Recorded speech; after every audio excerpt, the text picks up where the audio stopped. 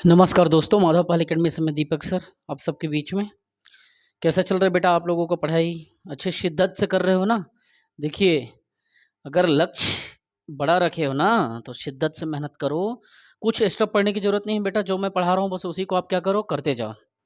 दूसरी बात ये है कि हम तो छत्तीसगढ़िया आदमी, है ना? बिना भात खाए हमार दिन नहीं गुजरे। तब बिना भात खाए हमार दिन नहीं गुजरे त तुमन का करा, पढ़ाई लिखाई ला भात समझ लेवा। बिना पढ़ाई लिखाई करे तुम्हारा दिन नहीं गुजरना चाहिए, है ना? नहीं तो तुहन के तबियत बिगड़ जाई बता दे तो बिना भात खाए अगर तुमन रहिया था। ठीक है, तो छत्तीसगढ़ महतारी के कोरा में उतरे हो ना, तो छत्तीसगढ़ महतारी के कोरा के तुमन का करा, कर्ज ला चुका देवा बेटा। और कैसे होही? मैं जितना पढ़ात हो ना उतके तो तुमन पढ़त, तुम लोग को कुछ नहीं पढ़े की जरूरत नहीं है ना? जय जोहार, जय छत्तीसगढ़। एकदम शिद्दत से पढ़ना है, ठीक है? चलिए देखिए, समय बर्बाद नहीं करते, सीधा आज मैं आपको नागरिकता का पूरा फंडा क्लियर करने वाला हूँ। आपको नागरिकता का इससे बाहर कुछ देखने की ज़रूरत नहीं है, और जितना मैं बता रहा हूँ उसको छोड़ने की भी ज़रूरत नहीं है। ते कुछ जन पढ़ मोर बेटा, कुछ जन पढ़, लेकिन ते जो मैं पढ़ा तो तेला ते कर, है ना? हमार छत्तीसगढ़ महतारी के लाज तभे रही जब तू मन अच्छे से पढ़िया लिखे था, तो तू मोला जान ही देश दुनिया में है। आज राज्य के 700 लइका मोर पढ़ा थे और तुमन ध्यान नहीं दी है, तो फिर कैसे बनी? तुम मन कुछ करिए था तो हमरो लइका मन तुमन कर पढ़ी लिखी, तुमन से सीखी कुछ बनी, है ना? चला बेटा पढ़बो अब, है मन लगा देवा पूरा। देखो, आज मैं आपको नागरिकता बताने वाला हूँ। नागरिकता का मतलब क्या होता है, क्या समझते हैं नागरिकता का मतलब, इस चीज को पहले समझना पड़ेगा कि नागरिकता जो है वो एक्चुअल में आपको किसी राष्ट्र के अंतर्गत निवास करने का, संचरण करने का, आने जाने का, व्यापार करने का, या समस्त मानवीय क्रियाओं को करने का एक अधिकार पत्र होता है। जैसे कि आपके पास में है आधार कार्ड, एक छोटा सा एग्जाम्पल, आपके पास में है बर्थ सर्टिफिकेट, आपके पास में है ड्राइविंग लाइसेंस, आपके पास है इलेक्शन सर्टिफिकेट। इन सब तत्वों के आधार पे आप किसी भी स्थान पे अपने सिटीजनशिपमेंट को आप क्या कर सकते हो, चैलेंज कर सकते हो, दावा कर सकते हो कि आप भारत के मूल नागरिक हो। ठीक, अर्थात उस राष्ट्र में आपको सरवाइव करने का एक अधिकार मिल गया।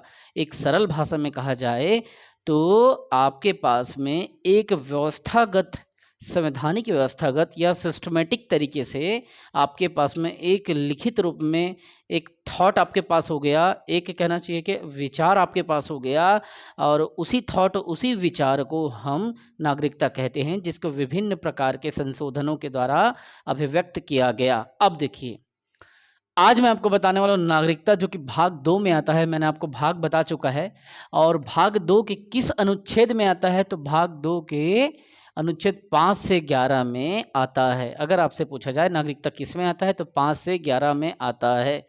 समझिएगा थोड़ा बात को, वीडियो थोड़ा लंबा होगा, लेकिन ऐसा पढ़ो कि भूलो मत, और पढ़ो ऐसा कि पढ़ा सको। अब देखिए, भारत में किस नागरिकता का प्रावधान है? तो भारत में एकल नागरिकता का प्रावधान है, अर्थात भारत का कोई व्यक्ति छत्तीसगढ़ का नागरिक नहीं है, अपितु वो क्या है, भारत संघ का नागरिक है। जबकि अमेरिका में क्या होता है, दोहरी नागरिकता का प्रावधान है। वहाँ स्टेट की सिटीजनशिप अलग होती है और सेंट्रल की सिटीजनशिप अलग होती है। हमारे यहाँ क्या है, एकल नागरिकता, सिंगल सिटीजनशिप का प्रावधान है। पेपर में पूछेगा कि भारत में कैसी नागरिकता है, तो आप क्या बताएंगे, एकल नागरिकता। भारतीय नागरिकता अधिनियम 1955 के आधार पर नागरिकता प्राप्त करने के क्या क्या तरीके हैं? अगर आपसे पूछा जाए कि भारतीय का जो नागरिकता प्राप्त करने का जो प्रावधान है वो किस अधिनियम में है, तो 1955 के अधिनियम में वर्णित है बेटा। हमको जो सिटीजनशिप मिल रही है, जो हमारे पास में अधिकार पत्र है, वो इसके आधार पे है, और इसी में ही संशोधन कंटिन्यू 6 बार हो गया। 1986 में, 92 में, 2003 में, 2005 में, 2015 में, 2019 में, तो 6 बार संशोधन हो गया। अब देखिए, इसमें नागरिकता किस आधार पे होती है? एक तो जन्म के आधार पर, एक वंश परंपरा के आधार पर, एक देशीकरण के आधार पर, एक पंजीकरण के आधार पर, और एक भूमि विस्तार के द्वारा। अब मैं आपको बताऊंगा जन्म से नागरिकता कैसे मिलती है। जिनका जन्म जो है 26 जनवरी 1950 को या उसके बाद भारत में हुआ हो, उसे जन्म के आधार पर नागरिकता दी गई है। वह भारत का नागरिक होगा जो 26 जनवरी 1950 को या उसके बाद, इस दिन 26 जनवरी 1950 को क्या हुआ था, संविधान हमारा लागू हुआ था ना, कि कुछ और डेट है चलो बताओ। 26 जनवरी 1950 छोटे से बचपन से आप पढ़ते आ रहे हो। 15 अगस्त 1947, 26 जनवरी 1950 पढ़ते आए हो ना, बताने की जरूरत नहीं है ना तो जिसका जन्म 26 जनवरी 1950 को या उसके बाद भारत में हुआ, वो भारत का क्या होगा, नागरिक होगा। एक बात याद रखना बेटा, बहुत जबरदस्त इंपॉर्टेंट बात जो पूछता है और फंसाता है, क्या जन्म के आधार पर प्राप्त की गई नागरिकता को वंचित की जा सकती है? तो नहीं, कभी वंचित नहीं की जा सकती, क्योंकि हमारी मातृभूमि यही है, हमने यहाँ जन्मा है। इसके अपवाद कौन होंगे? जो राजनयिक होंगे बेटा, राजनयिक या राजदूत वगैरह जो दूसरे देश के यहाँ पे आए होंगे, या यहाँ पर रहने वाले जो विदेशियों के जो बच्चे होंगे, वो अपवाद होंगे, उनको जन्म के आधार पर नागरिकता नहीं दी जाएगी। मान लीजिए अमेरिका का राजदूत यहाँ पे है और उसका बेटा यहाँ पे जन्म लिया कल के दिन में, तो उसे क्या यहाँ नागरिकता मिलेगा? नहीं मिलेगा। आगे देखिए, वंश परंपरा के द्वारा भारत के बाहर अन्य देश में 26 जनवरी 1950 के बाद जन्मा, भारत के बाहर, समझो बात को, कहाँ पे, आउट ऑफ इंडिया, दूसरे देश में, अमेरिका में 26 जनवरी 1950 के बाद अगर कोई बच्चा जन्मा है तो उसे क्या किया जाएगा? नागरिक माना जाएगा। क्यों? क्योंकि उसके माता पिता में से एक क्या हो? भारत का नागरिक हो। ठीक है, भले उसका जन्म 26 जनवरी 1950 के बाद जन्मा, कहाँ पे? अमेरिका में, दूसरे देश में, लेकिन उसका माता पिता में से कोई एक व्यक्ति क्या हो? भारत का, कम से कम एक व्यक्ति जो है भारत का क्या हो? माता पिता में से एक व्यक्ति नागरिक हो। इसमें एक बात याद रखना कि भाई पहले हम माता को शामिल नहीं करते थे, सिर्फ पिता को करते थे। अब देखो, माता की नागरिकता के आधार पर अगर वंश परंपरा में देना है हमको नागरिकता, तो विदेश में जन्म लेने वाले बच्चों को भी नागरिकता दिया गया।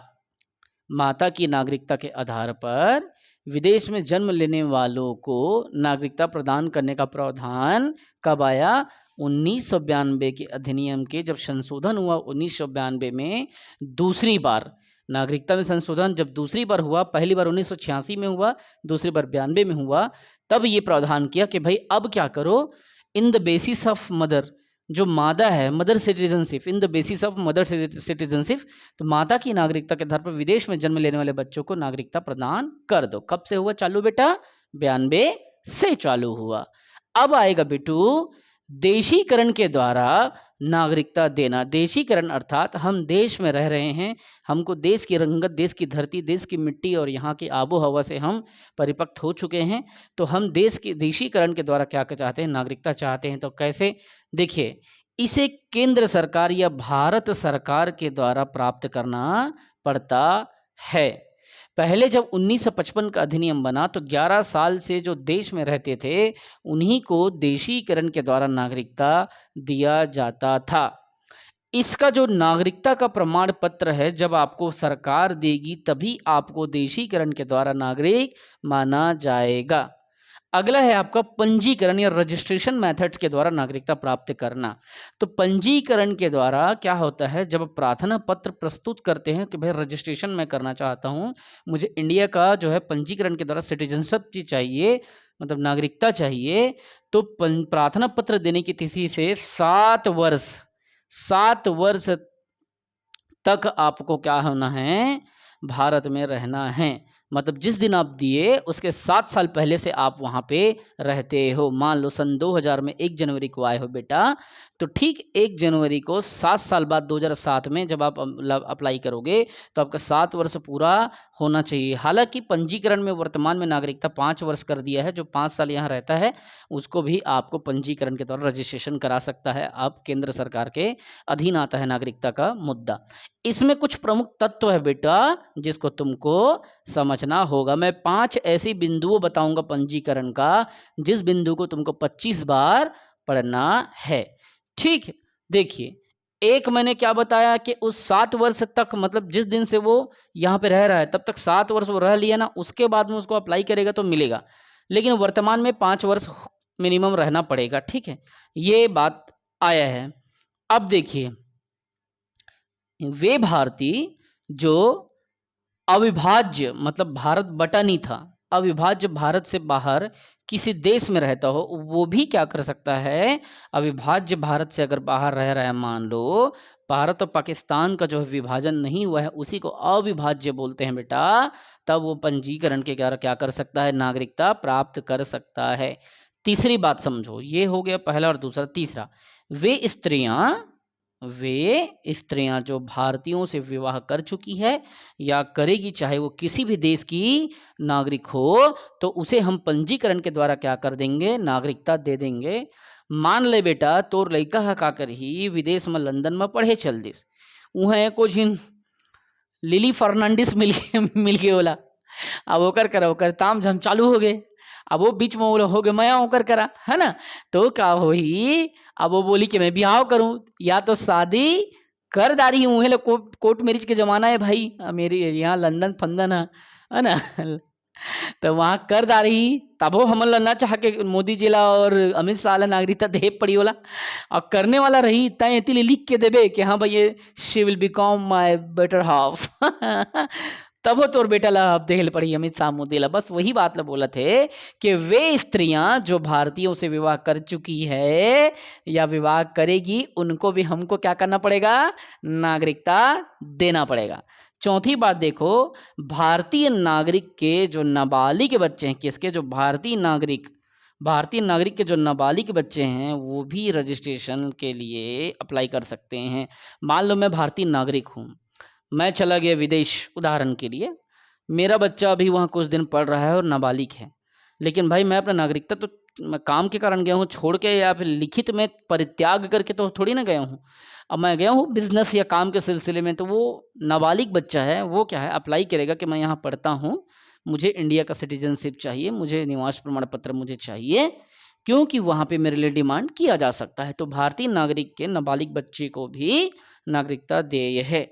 अगला बात, राष्ट्रमंडल जो देश है बेटा, उसके नागरिक जो भारत में या तो रहते हो या भारत में क्या करते हो बेटा, सर्विस करते हो। समझो बात को, राष्ट्रमंडल देश का मतलब ये हो रहा है कि जो देश कोलोनाइजेशन सिस्टम के तहत और यूनाइटेड नेशन के अंतर्गत आता है, 193 कंट्री आती है, ये 193 कंट्री में से उस कंट्री को नागरिकता देना चाहता है जिसके व्यक्ति यहाँ पे क्या कर रहे हो, या तो रहता हो या यहाँ पे केंद्र सरकार के अधीन, सेंट्रल गवर्नमेंट के अधीन में नौकरी करता हो या सर्विस में हो, तो वो क्या कर सकता है, आवेदन पत्र देकर नागरिकता प्राप्त कर सकता है।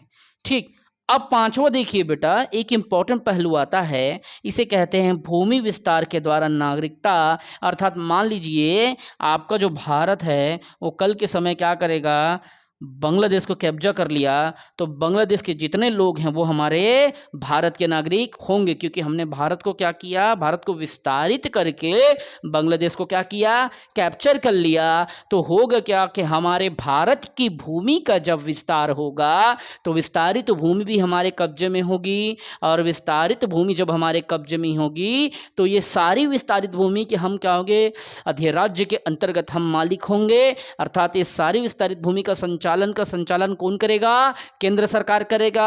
केंद्र सरकार उस राष्ट्र को अपने धीन में मिला लिया तो विस्तारित भूमि पे हमारा शासन व्यवस्था नियम कानून लागू होगा। तो विस्तारित भूमि जब लागू होगा तो वहां रहने वाले जितने लोग होंगे वो हमारे क्या होंगे, सिटीजन होंगे।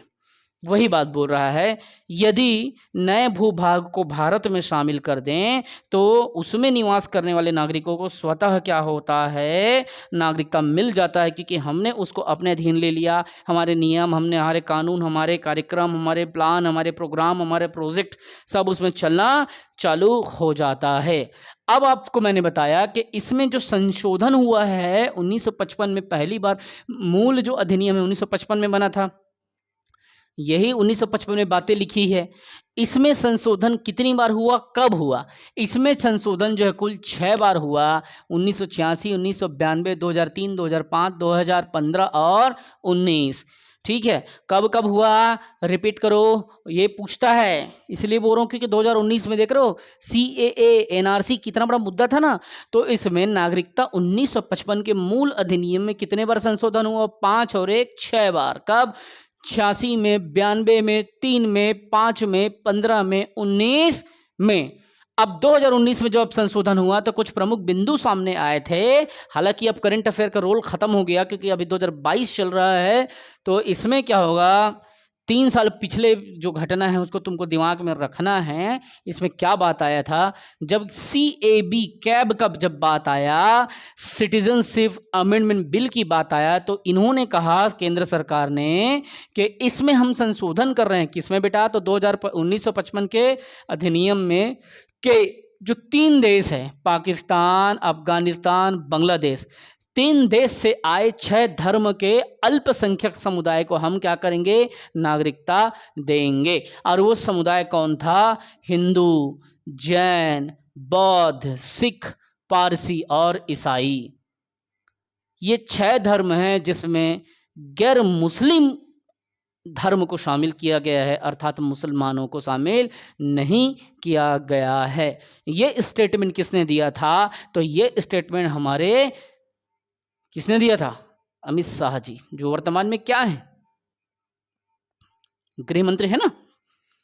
तो नागरिकता का जो मेन पावर है ना, गृह मंत्रालय है, होम मिनिस्ट्री के अंतर्गत आता है, डिफेंस, पुलिस, प्रशासन सब उन्हीं के अंतर्गत आता है। ठीक है, जब तुम्हारे घर मजबूत होगा तब तुम्हारा वन मजबूत होगा ना। इसलिए घर को मजबूत करने के लिए कौन से नागरिक तुम्हारे घर आएंगे, कैसी पुलिस व्यवस्था तुम घर में करोगे, कैसा डिफेंस दोगे, तुमको देखना पड़ेगा ना। इसीलिए गृह मंत्रालय में सब व्यवस्था होती है। अमित शाह जी ने कहा कि जो 3 जो देश है, पाक, अफगानिस्तान और बांग्लादेश, वहाँ से आए 6 धर्म के गैर मुस्लिम अल्पसंख्यक समुदाय के नागरिक को हम नागरिकता देंगे। हिंदू होगा, जैन होगा, बौद्ध होगा, सिख होगा, पारसी होगा और ईसाई होगा। 31 दिसंबर 2014 के पहले, कब के पहले, 31 दिसंबर 2014 के पहले भारत आए जो, उनको नागरिकता देंगे। तुमसे पूछा जाए कि 2019 के सिटीजनशिप बिल में किस बात को रखा, किस तथ्य को रखा, तो तुम कहना कि 31 दिसंबर 2014 के पहले जो भारत आए उन अल्पसंख्यक 6 गैर मुस्लिम अल्पसंख्यक समुदायों को नागरिकता देने की बात आई थी। 31 दिसंबर 2014। एक दूसरा प्रमुख तथ्य आएगा बेटा तुम्हारे सामने में कि 19 जुलाई 1948 के बाद, कब, 19 जुलाई 1948 के बाद, ठीक आज़ादी के 1 साल बाद समझ लो, क्योंकि आज़ाद कब हुआ देश, 15 अगस्त 1947। अब 15 अगस्त और जुलाई के बाद क्या होता है, अगस्त आता है ना, ठीक 1 साल का डिफरेंस।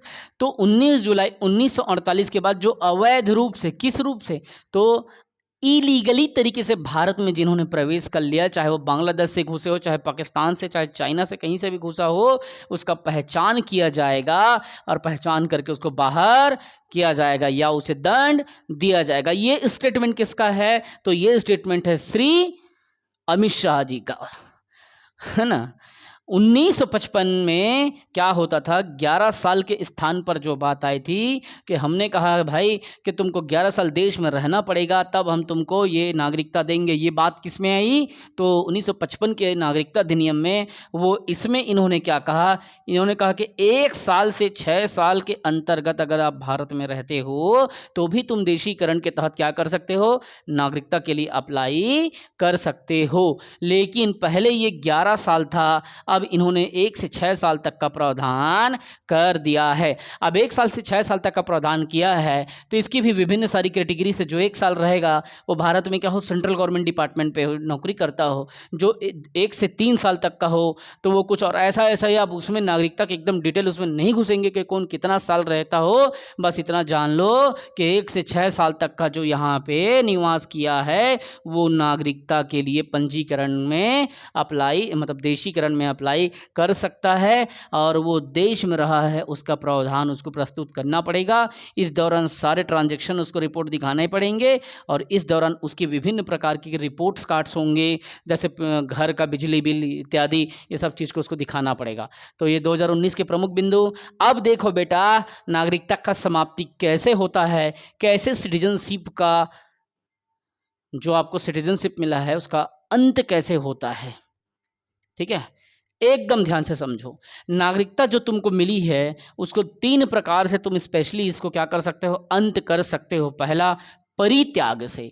परित्याग का मतलब कि तुमने क्या किया, खुद से अपने होशो हवास में छोड़ दिया यहाँ का नागरिकता, लिख के दे दिया कि मैं भारत का नागरिक फलाना तिथि से नागरिकता को त्याग करता हूं, अर्थात मुझे नागरिक ना माना जाए, तुम घोषणा कर दो और एक लेटर लिख करके तुम क्या करो, अपने राज्यपाल के हाथों प्रस्तुत कर दो, फिर तुम्हारा नागरिकता परित्याग के द्वारा खत्म। दूसरा, अन्य देश की नागरिकता जब तुम धारण करते हो तो जैसे ही तुम अन्य देश की नागरिकता धारण करते हो वैसे ही यहाँ तुमने नागरिकता धारण किया।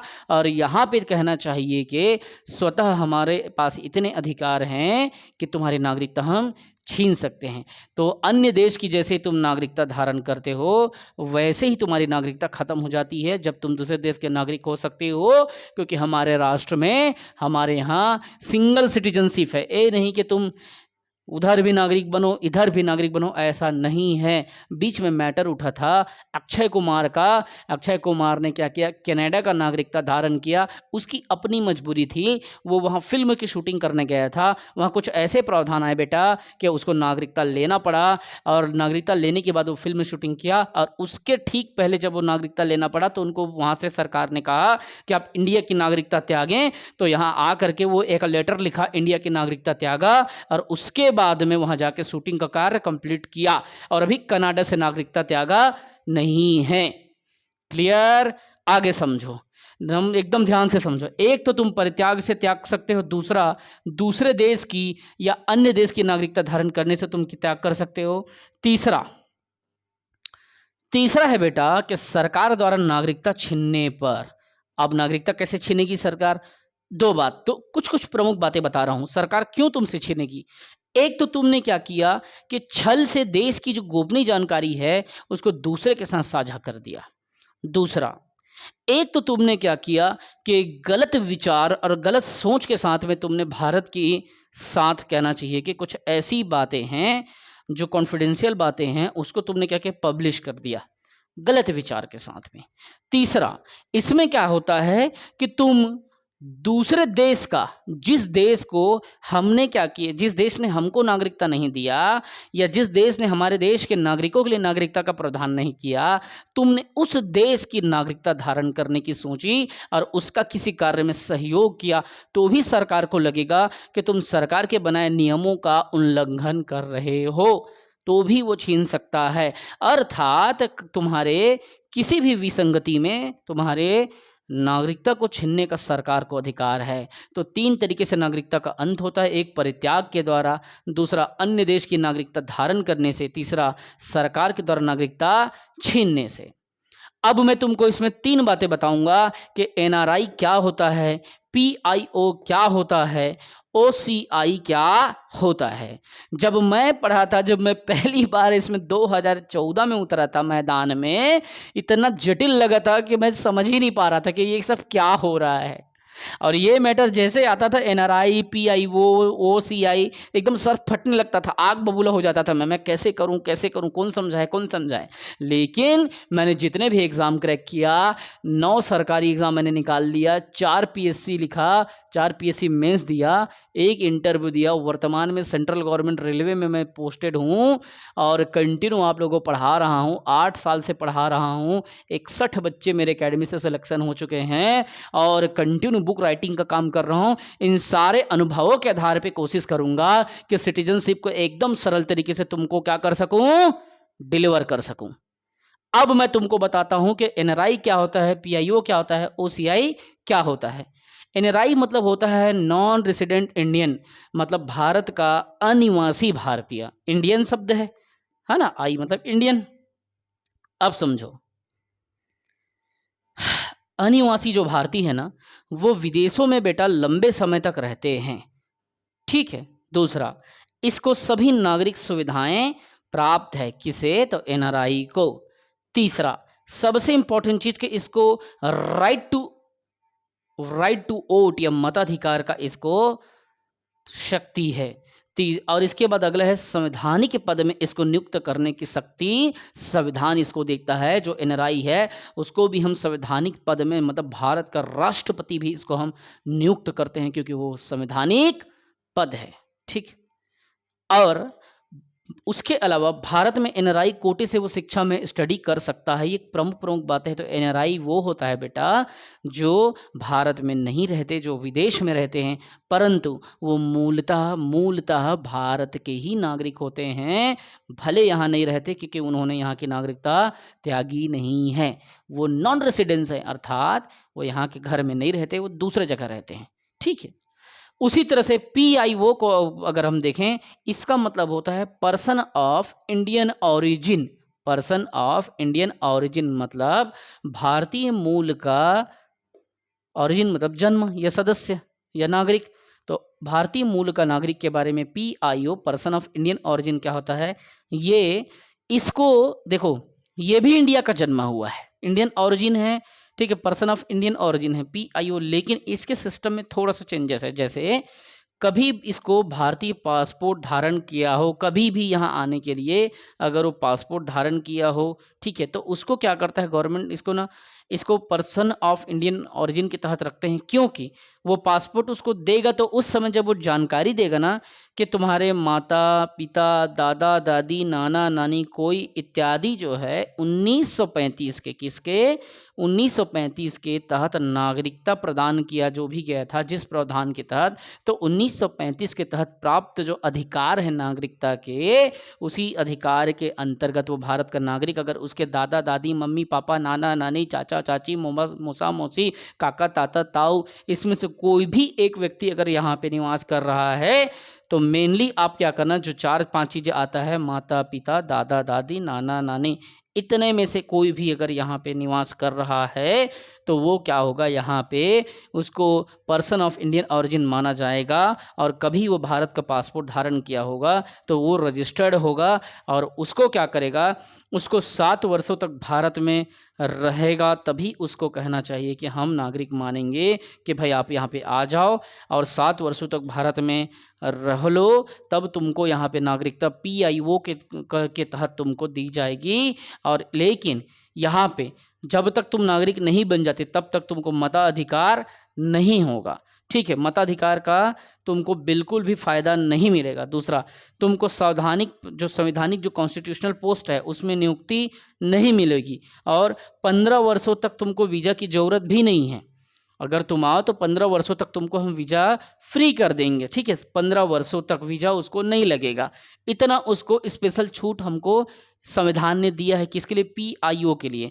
उसके माता पिता, दादा दादी, नाना नानी में से कोई भी अगर 1935 के तहत यहाँ का सदस्य रहा हो, भारत का या नागरिक रहा हो, तो उसे कहना चाहिए कि हम यहाँ की नागरिकता दे सकते हैं।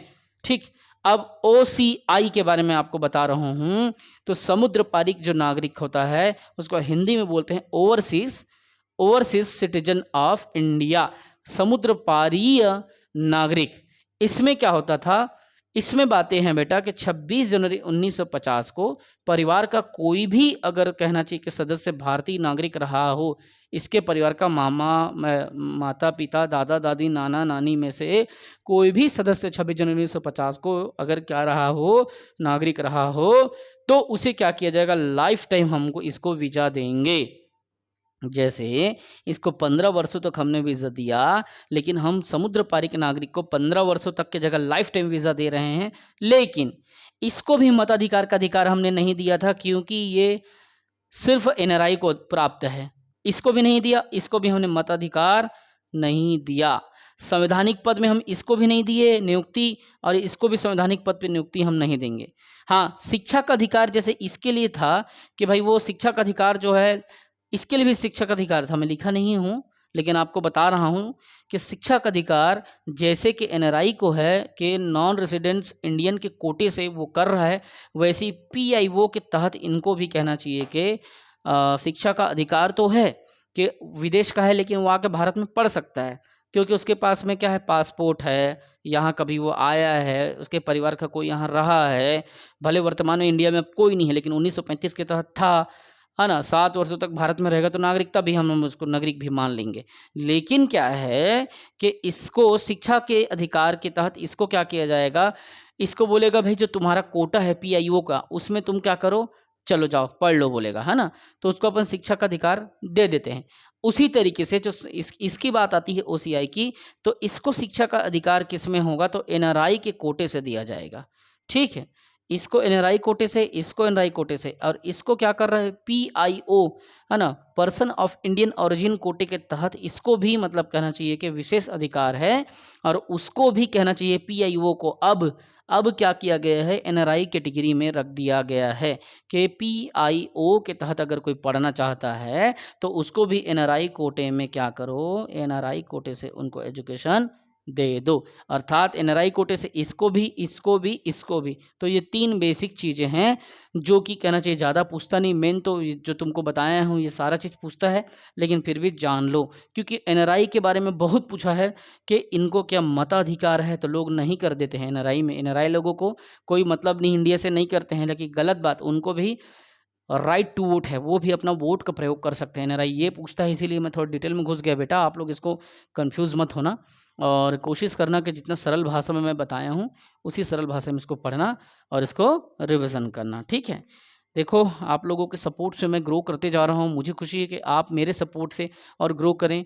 जब हम कहना चाहिए कि साथ मिल के काम करते हैं, एक बड़े लक्ष्य के लिए चलते हैं, तो हमारा जो रास्ता है खुद ब खुद वो छोटा हो जाता है।